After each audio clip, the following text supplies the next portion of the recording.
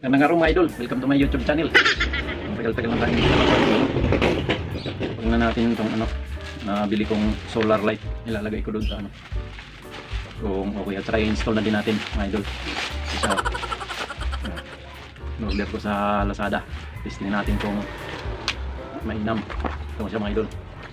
Yan, solar light. Titingnan natin kung nagana siya. Unboxing natin.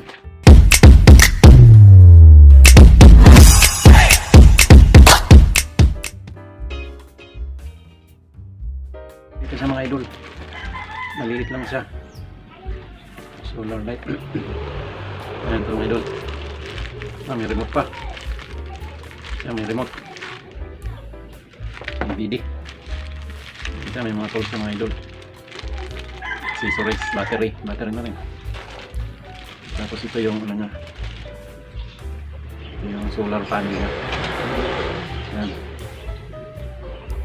tapos ganito lang siya kaliit. Pero malakas na rin siguro ito mga idol. Yan. Install natin. Dapat nakaganon to sa bubong. Kaso mataas yung bubong ko eh. Ano kaya ito? Tapos ito dapat nakaano din. Ganyan. Install natin. Dito.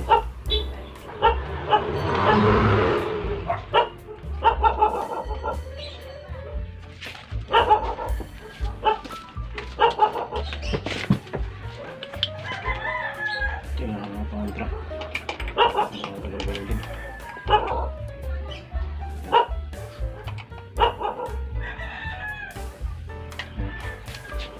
Ilalagyan na lang natin dito ng dito natin sila ilalagay mga idol. Dito natin sila ilalagay.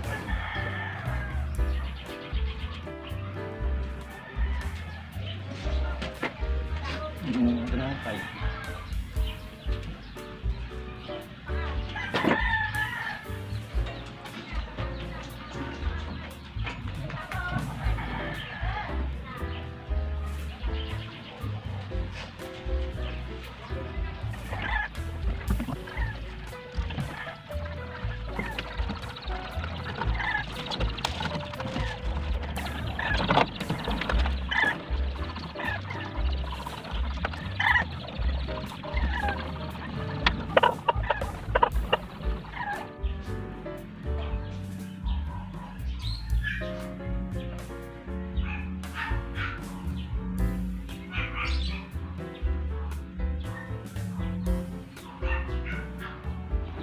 Wala.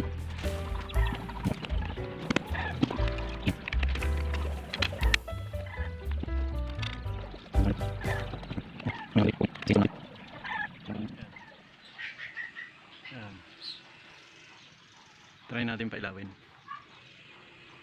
kung iilaw siya ngayon kasi na iilaw pero ay nagbe-blink siya ng kulay pula.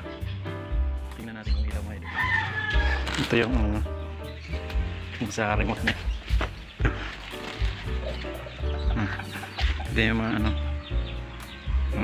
kung isisit i-on off mo, on off, ay on off. Yan. Ito gusto mo automatic ilaw. Ito 3 hours, 5 hours, 8 hours nakailaw bago siya mamamatay. Ito kung gusto mong maliwanag na maliwanag, adjust lang, pipindutin mo lang yan. Tapos ito kung gusto mo medyo madilim, yan, pipindutin mo lang din yan. Ito try natin ng baterya, tapos pailawin natin kung iilaw siya. Yan, try natin kung iilaw. So yung mga idol, try natin kung nailaw. I-on natin, on, i-off natin, on, off. Man, huwag na mga idol, mamaya na lang gabi kung okay yung ilaw nya. Kumahagi naman tayo ng kunting kalaman. Dito yung manual nya, babasahin ko na lang kung ano yung mga nakano dito. So ganun lang mga idol, dali lang magkabit ng solar. Ang ano lang yan, dito lang sa labas na parkingan ng motor. So sige mga idol, maraming salamat at huwag kalimutan mag like, share at subscribe na rin mga idol. Hanggang sa muli.